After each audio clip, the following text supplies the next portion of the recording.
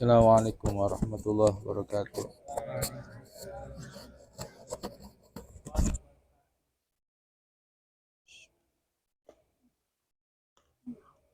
Allahumma lidul syafaati Rasulillah sallallahu alaihi wasallam.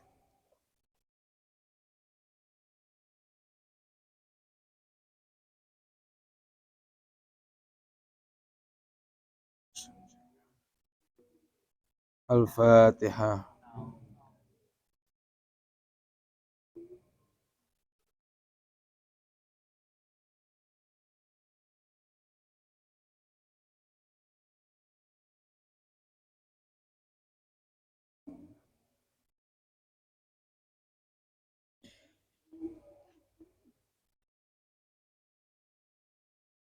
Bismillahirrahmanirrahim.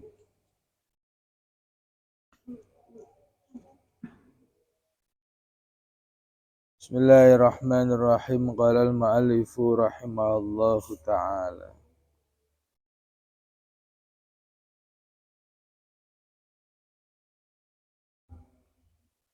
Fa'usikum ala tusafiru. Bener ya? Fa'usikum mongko wasiat sapa ingsun ing sira kabeh.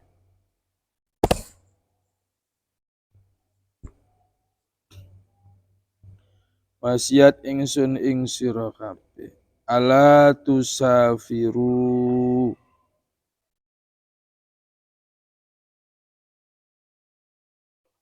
Ala tusafiru nyento ora padha lelungan sapa sira, lelungan atau bepergian. Sapa sira wa tatahammalu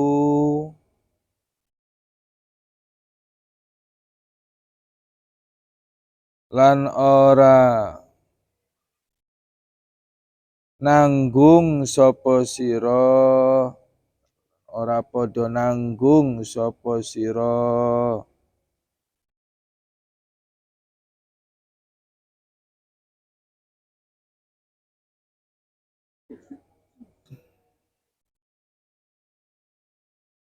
mata'ibas safari ing pira-pira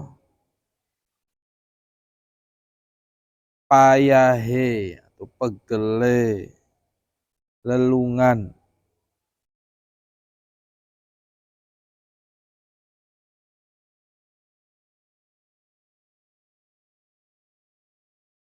Payahe utawa pegele lelungan.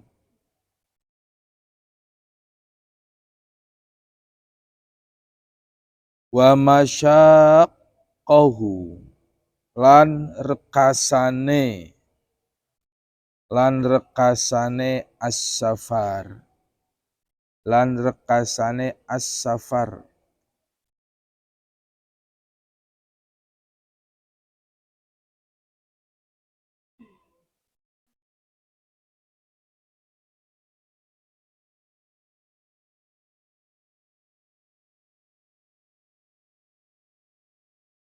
min ajli ang tusallu saking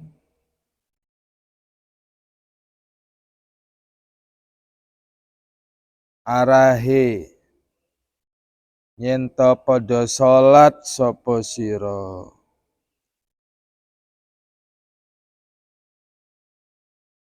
saking arahe yen to padha salat sapa sira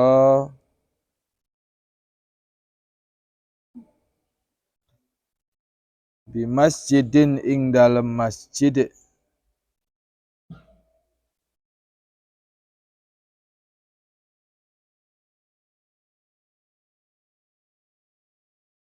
bi masjidin ing dalem masjid min masajidid dunya saking pira-pira masjid dunia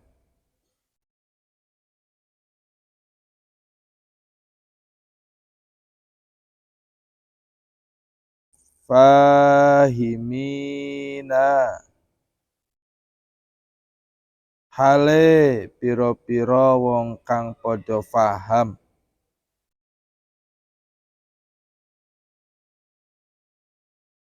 hale pira-pira wong kang padha paham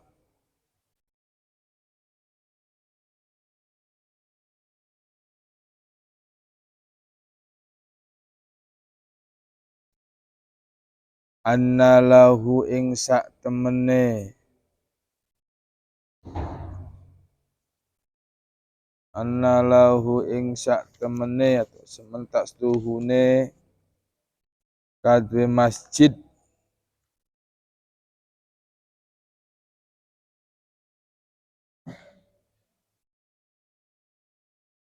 fadlan maujud keutamaan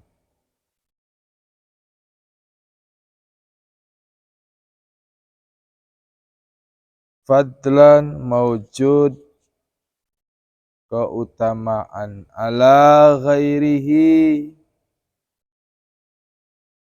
ing atase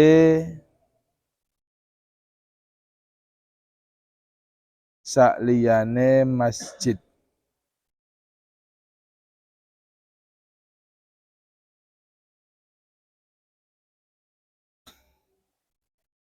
la taf'alu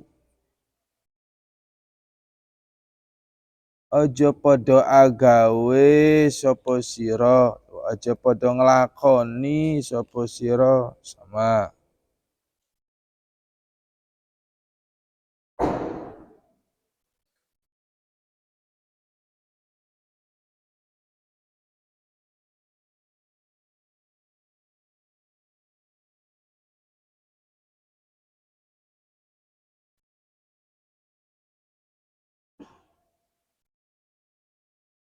zalika ing mengkono-mengkono as-safar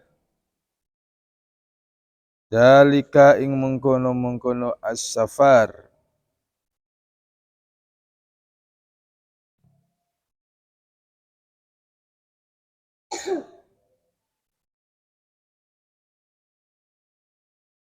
mengkono-mengkono as-safar fa innakum mongko sak temene sira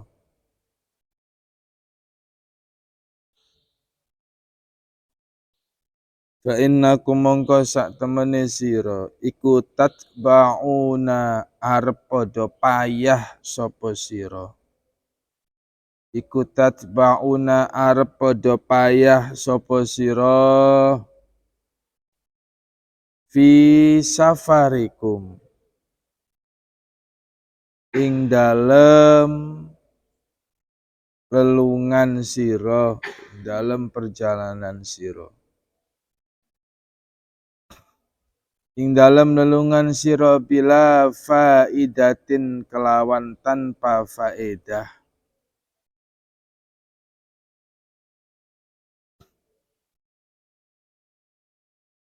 ta'udu kang balik apa faedah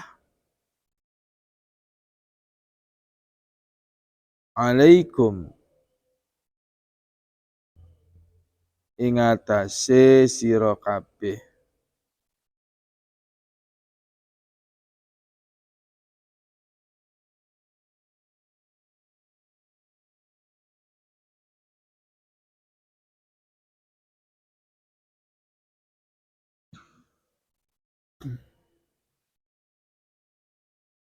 Li annal masajida krana sak temene pira-pira masjid kullaha ya sekabehane masajid iku fi mustawa ing dalem panggonan kang padha. Fi mustawa ing dalem panggonan kang padha wahidin kang suwiji. La fadla kang ora ana keutamaan iku maujud.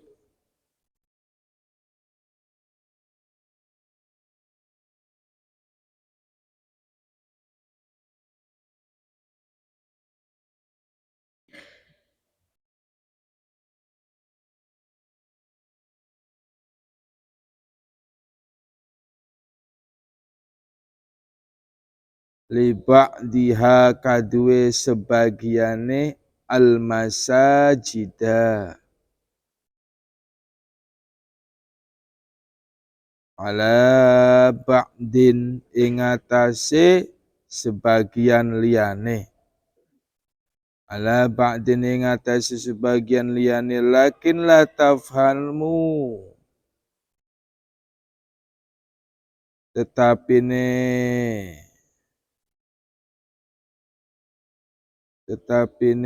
ojo paham sapa sira. Ojo mahami sapa sira annadzalika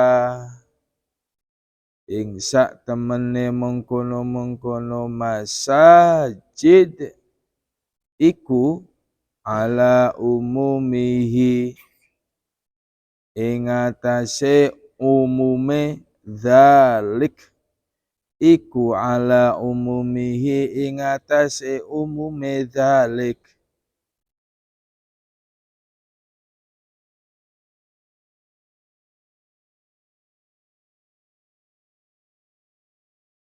Bal fid dunya balik iku ing dalem dunya masajidu.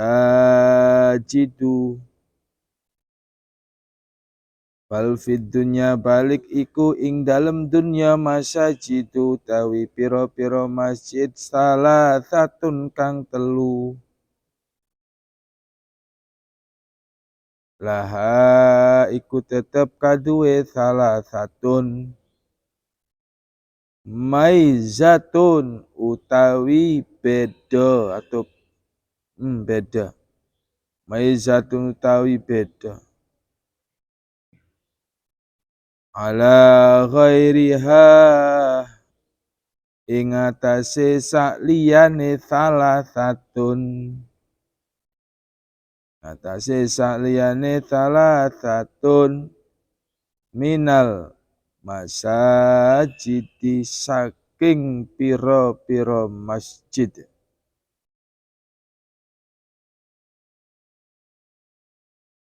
Iya utawi salasatun iku al masjidul haramu, masjidul haram di Makkah ing dalem tanah Mekah. Wa masjidun nabawi lan masjid nabawi bil madinati ing dalem tanah Madinah. Al munawwarati kang den sinari, kang den cahayai. Wa masjidul aqsa lan masjidul aqsa bisyami ing dalem tanah Syam atau Palestina sekarang Syam. Titik. Bismillahirrahmanirrahim.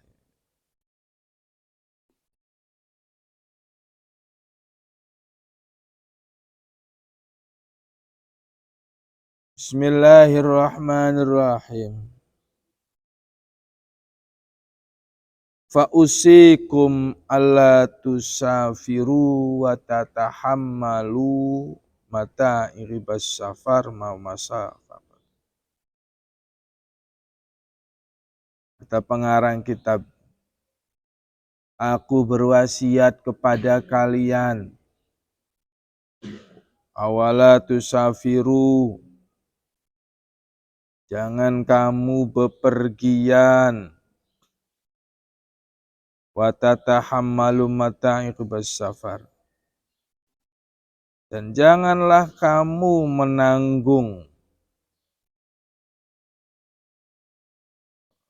apa nih?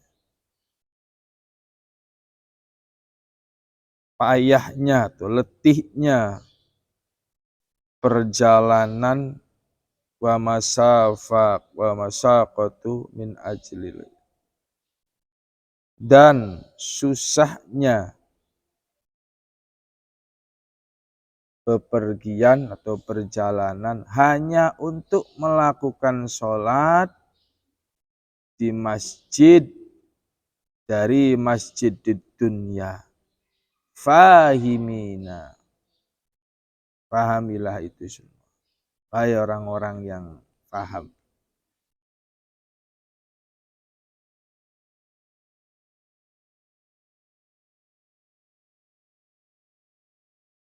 Seluruh masjid yang ada di dunia ini dalam satu derajat, dalam satu pangkat.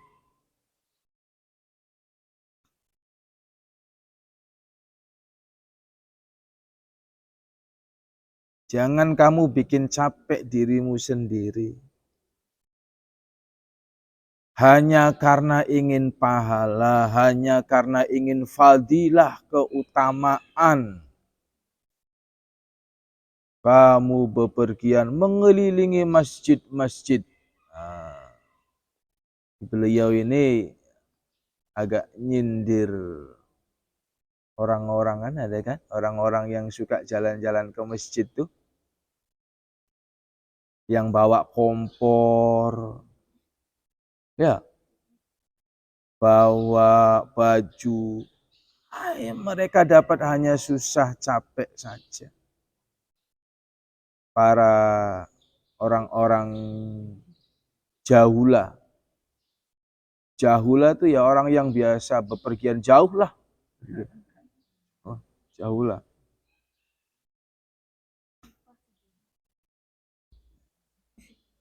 Kan ada kan begitu. Meninggalkan keluarganya, meninggalkan istrinya, meninggalkan kewajibannya. Tinggal hanya demi muter-muter di masjid.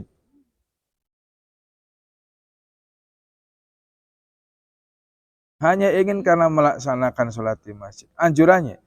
Anjurannya kamu sholatlah di masjid yang terdekat saja dulu.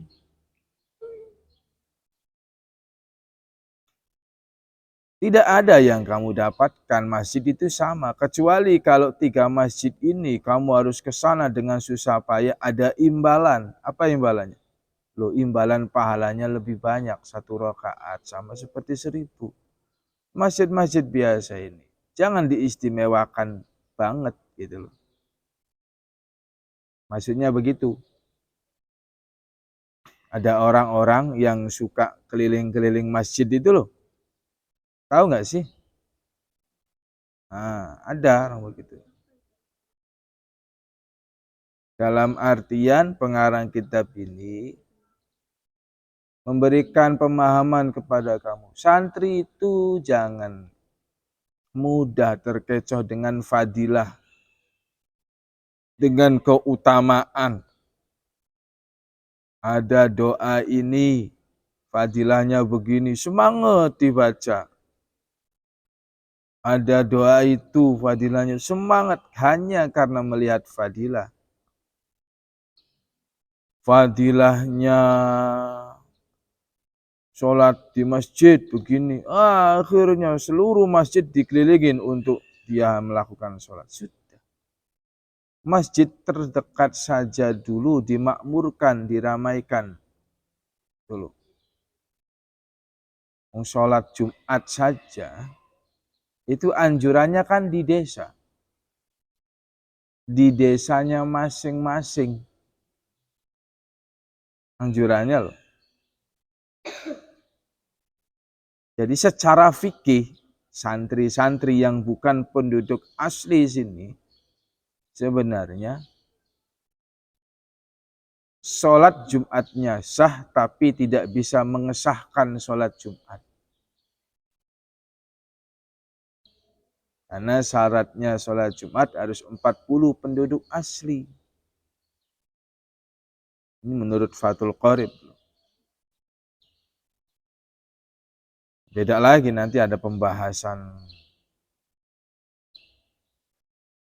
bagaimana kalau dua, bagaimana kalau penduduk aslinya kurang, beda lagi. Ini yang hukum umum saja ini. Seandainya ada 40 penduduk asli mukimin satu masjid, maka sholatnya bisa sah. Tapi ketika ada pendatang, kemudian kumpul, rame, bikin masjid, pendatang-pendatang ngadain sholat Jumat sendiri, ya sah. Dengerin ini. Dengerin. Ini banyak dilakukan orang-orang yang ya sudahlah, biarin aja. Walana a'maluna walakum a'malukum. Amalku ya amalku, amalmu ya amalku. Kau merasa benar, lanjutkan. Aku merasa benar, lanjutkan. Surga kita beda, bro. Nanti bagaimana? Nanti kita di akhirat aja. Allah yang menghakimi siapa yang benar, siapa yang salah. Alaihissallahu biahkamil hakimin. Gitu. Secara fikih begitu. Yang ijma'nya tuh begitu tuh.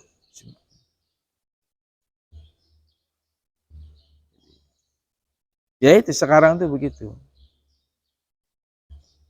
Banyak orang-orang yang terbuai karena fadilah. Kamu lihat YouTube, kemudian dengarkan ayat ini 3 kali, kamu akan menjadi kaya mendadak. Ya, ya. Ada ya. Hah?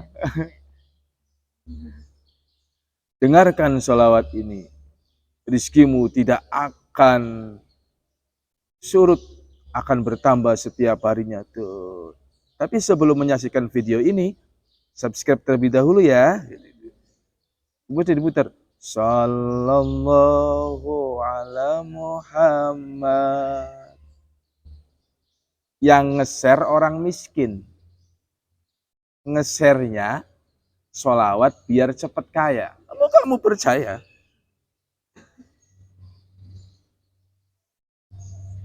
jangan terbuai karena fadilah seperti itu.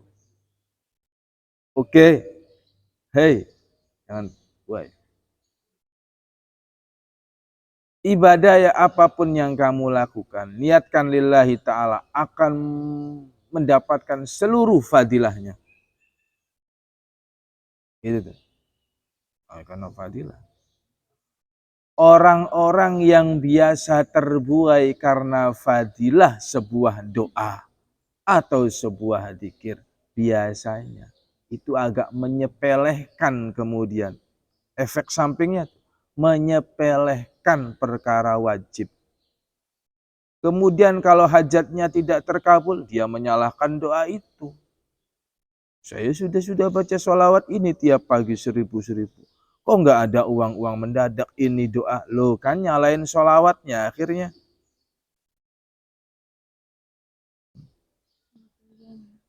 Sholat duha, nggak kaya-kaya. Terus kemudian nyalain sholat duhanya. Karena dia melakukan sholat duha karena fadilahnya sholat duha. Paham? Begitupun orang-orang yang terbuai fadilahnya duduk di masjid, itikaf di masjid, berzikir di masjid, sholat di masjid. Akhirnya pengen masjid-masjid yang ada di dunia ini dia keliling biar fadilahnya banyak. Dikira beda masjid, beda pahala. Sama saja, sarwa keneh teman. Kecuali 3 masjid tadi. Sama. Jangan gampang terbuai. Oke. Ini penyakit anak muda sekarang begitu. Anak-anak muda sekarang begitu. Senengnya. Terbuai fadilah.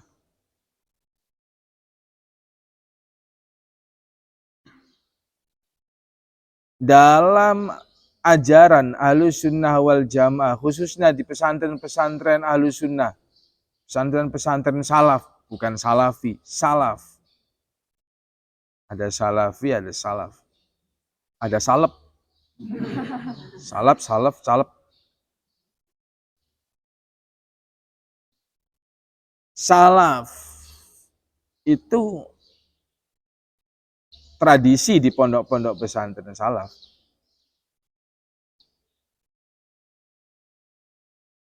Yang mereka pegang doa-doa keistiqomahan adalah doa-doa yang berasal dari guru nasab. Jadi santri salaf tidak boleh terbuai karena mendengarkan atau melihat buku bacaan majalah doa ini dibaca. Jangan. Melihat YouTube, nge-share doa ini, baca ini. Hewan-hewan akan tunduk kepadamu. Innahu min Sulaiman wa innahu bismillahirrahmanirrahim. Ala ta'lu alayya wa'tuni muslimin. Jangan percaya.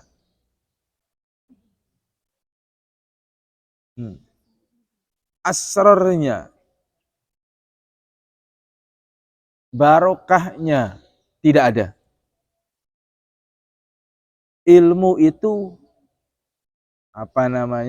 harus mempunyai guru yang gurunya zahir.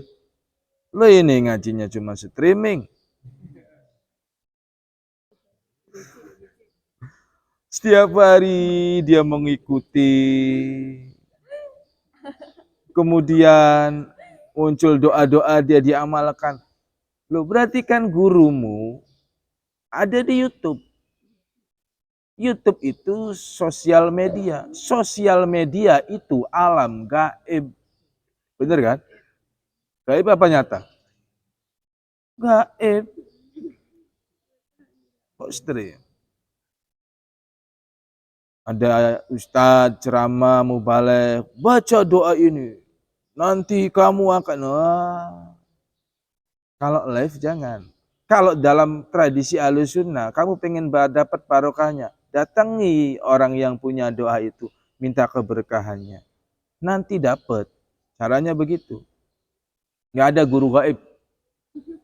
Seumpama ada orang mimpi, tidur mimpi, ketemu dengan ulama seumpama. Ketemu ulama, ketemu kiai. Gitu. Kiainya padahal udah meninggal. Dalam mimpinya saya dikasih doain. Ya berarti kamu sudah dapat barokahnya. Dapat asrornya, dapat rahasia dari doa itu. Tapi PR-nya satu, sambung sanad kepada guru. Kamu cari orang yang punya doa di dalam mimpi itu siapa? Cari doanya. Begitu. Paham? Hei, paham tanya. Jadi dulu Ustaz pernah bermimpi, kisah ini, bukan kisah. Tahadus bin Ni'mah. Pernah bermimpi kasih doalah sama ulama. Ulamanya sudah wafat. Selama doa ini Ustadz belum menemukan guru yang mengijazahkan, aku belum mengamalkan doa ini. Tidak mengamalkan karena belum ada guru. Belum ada guru. Ini tradisi di pesantren salaf nih. Ini kan banyak kiai, banyak ulama. Kamu mimpi, dalam mimpi ketemu ulama, dikasih doa. Kamu minta dari guru-gurumu datang, kemudian minta dijazain doanya. Begitu caranya. Paham gak ini? Jadi tidak. Lu kamu nggak mondok kok. Pinter dari mana? Saya punya guru. Guru saya goib. Wah. Man laisa syaukhun fawalau syaitun. Orang yang belajar agama, orang yang belajar ilmu tidak berguru, maka gurunya syaitan. Dengar tan? Manggut-manggut. Gurunya setan. Nih, nah, jadi jangan terbuai dengan fadilah, jangan. Banyak nih anak muda sekarang lulusan pondok, kalau sudah keluar kemudian pengen dianggap masyarakatnya, kemudian pengen punya kelebihan. Bagaimana caranya? Mereka ikut torekot pikir itu loh. Banyak santri-santri begitu. Jangan.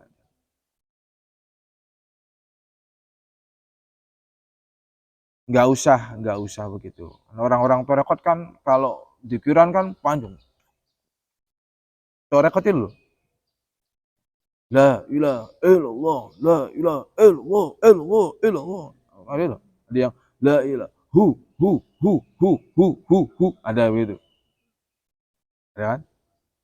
Torekot Naqsabandiyah, Qadiriyah wa Naqsabandiyah. La ilaha illallah. Dikirnya itu diajarin dari pusar sih. Ada cahaya masuk ke ubun-ubun. La ilaha illallah. Tarekat Syatariyah. La ilaha illallah. La ilaha illallah. Beda-beda. Ayo. Ustaz itu mempelajari torekot itu, tapi tidak bertorekot. Ustaz tidak bertorekot, tapi senang dengan torekot begitu, ngambil sana. Kenapa enggak ikut torekot? Karena dulu Ustaz pernah dinasihati oleh almarhum Allahu yarham Syekhona Mbah Maimun Zubair. Cung, torekot yang paling tinggi adalah torekot taklim wa ta'allum, belajar dan mengajar, torekot paling tinggi. Mbah Maimun Zubair itu ma'rifat karena beliau mengajarkan syariat. Gitu. Beliau itu ma'rifat karena mengajarkan syariat. Jadi Ustaz itu guru privat dari cucunya. Jadi cucunya Mbah Maimun privat ngaji Fathul Qorib sama Ustaz Ja'far. Loh. Kaya kan? Aku punya sanad.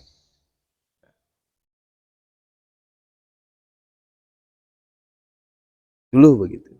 Jadi makanya jangan. Ada yang santri pulang dari rumah kemudian ikut padepokan biar punya kesaktian. Orang sakti kalah dengan orang yang punya duit. Ya kan? Nah, kalah.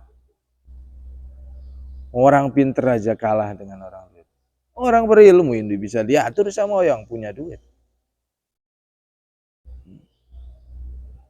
Maka udah jadi orang kaya aja. Ya, jadi orang kaya, nanti hartanya dibuat untuk jalan dakwah. Itu.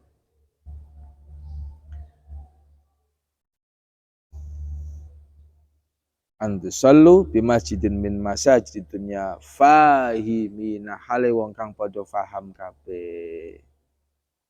Harus paham semuanya.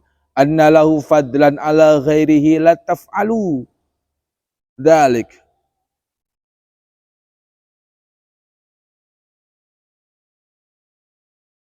Sesungguhnya bagi masjid itu ada keutamaan.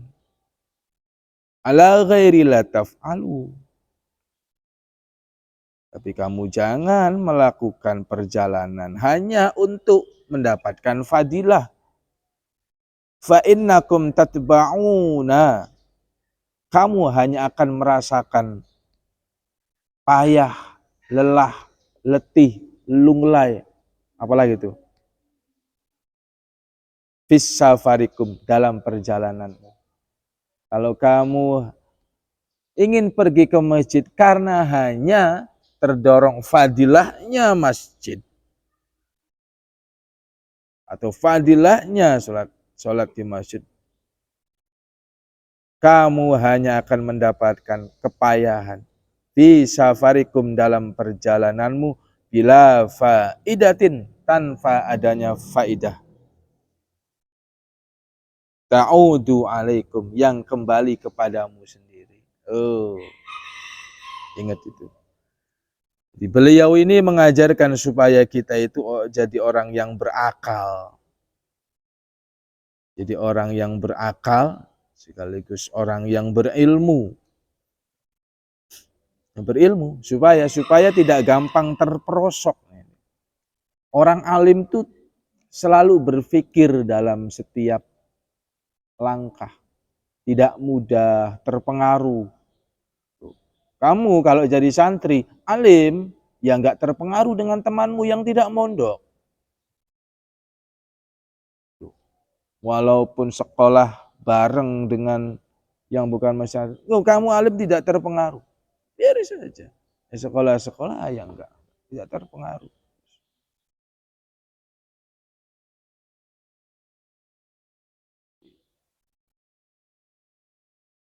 Orang alim itu ya kayak apa ya?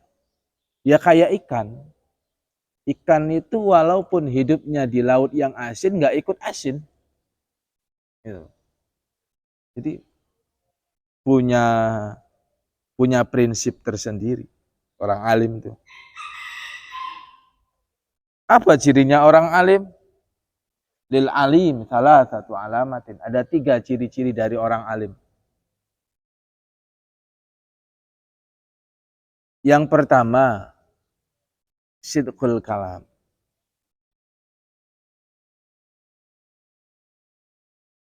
Orang alim itu jujur dalam berbicara, tidak pernah berbohong. Contohnya, cirinya satu, tidak pernah berbohong. Jadi kalau kamu pernah berbohong, sadar kamu belum alim. Ya. Al-kadzib yurisul faqr. Kebohongan itu pangkal dari kemiskinan. Kamu mondok kirimannya telat, terus kamu sering bohong paling.